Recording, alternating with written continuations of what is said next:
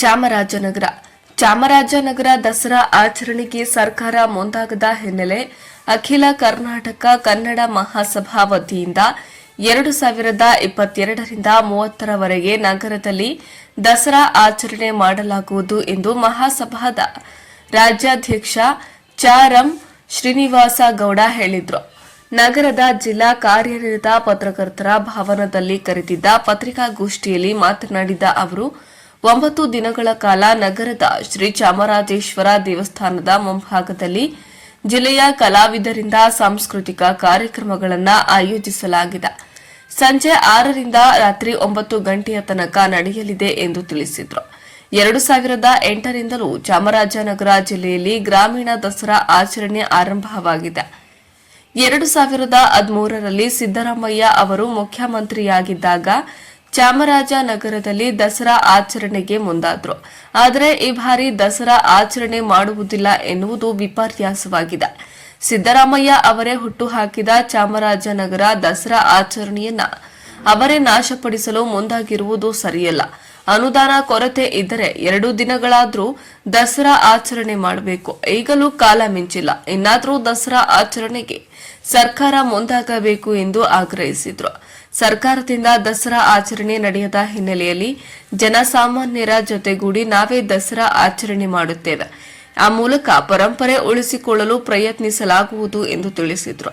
ಇನ್ನು ಪತ್ರಿಕಾಗೋಷ್ಠಿಯಲ್ಲಿ ಪಣ್ಯದ ಹುಂಡಿ ರಾಜು, ಶಿವು, ರವಿಚಂದ್ರ ಪ್ರಸಾದ್, ಕಹಳೆ, ಮುತ್ತು, ರಾಚಪ್ಪ, ರಾಜಣ್ಣ ಹಾಜರಿದ್ದರು. ವರದಿ ಹೊಮ್ಮ ನಂಜುಂಡ ನಾಯ್ಕ, ಪ್ರಜಾಪವರ್ ಟಿವಿ, ಚಾಮರಾಜನಗರ.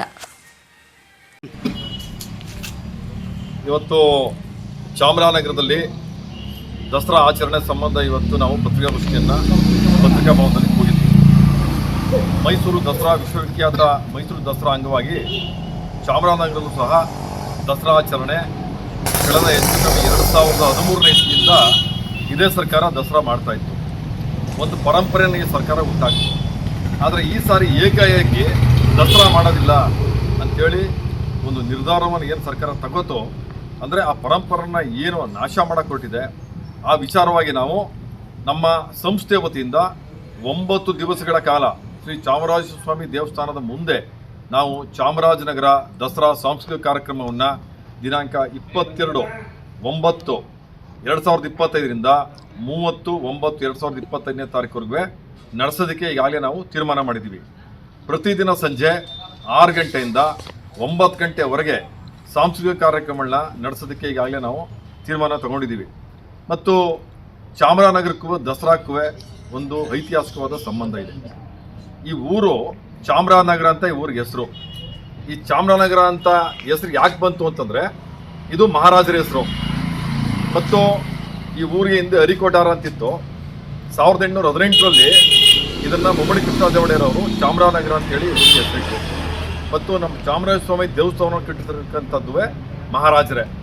ಹಾಗಾಗಿ ನಮ್ಮ ಚಾಮರಾಜನಗರಕ್ಕೂ ಮಹಾರಾಜರಿಗೂ ಒಂದು ಐತಿಹಾಸಿಕ ಸಂಬಂಧ ಇದೆ ಅಂತೇಳಿ ನಾವು ಚಾಮರಾಜನಗರದ ಜನತೆ ಬಹುಶಃ ನಾವೆಲ್ಲ ಸೇರಿ ಈ ಸಾರಿ ನಾವು ಚಾಮರಾಜನಗರ ದಸರಾ ಕಾರ್ಯಕ್ರಮವನ್ನು ನಾವೇ ನಡೆಸೋದಕ್ಕೆ ಈ ಸರಿ ತೀರ್ಮಾನ ಮಾಡಿ ನಡೆಸ್ತಾ ಇದ್ದೀವಿ. ಗೌಡ್ರೆ, ಕಲಾವಿದರು ರಾಜ್ಯ ಮಟ್ಟ ಕಲಾವಿದರು ಬರ್ತಾರೆ. ಹಿಂಗೆ ಈಗ ನಾವು ನಮ್ಮ ಹಂತದಲ್ಲಿ ನಾವು ಸ್ಥಳೀಯ ಕಲಾವಿದರುಗಳನ್ನ ತೆಗೆದುಕೊಂಡು ಈ ದಸರಾ ನಿಲ್ಲಬಾರ್ದು ಅಂತ ನಮ್ಮ ಉದ್ದೇಶ ಅಷ್ಟೇ, ಬೇರೆ ಇನ್ನೇನು ಉದ್ದೇಶ ಇಲ್ಲ. ಅಂದರೆ ಸರ್ಕಾರ ಮಾಡ್ತಿತ್ತಲ್ಲ ಕೋಟ್ಯಾಂತರ ರೂಪಾಯಿ ಖರ್ಚು ಮಾಡಿ ನಾವು ಆ ಥರ ಮಾಡ್ತಾ ಇಲ್ಲ ನಾವು. ಯಾಕೆ ನಮ್ಮಲ್ಲಿ ಸಂಪನ್ಮೂಲನೂ ಇಲ್ಲ. ನಮ್ಮ ಇತಿಮತಿನಲ್ಲಿ ನಾವೆಲ್ಲ ಸಮಾನ ಮನಸ್ಕರು ಒಂದು ಟೀಮ್ ಸೇರ್ಕೊಂಡು ನಮ್ಮ ಉದ್ದೇಶ ಅಷ್ಟೇ, ಒಂದು ದಸರಾ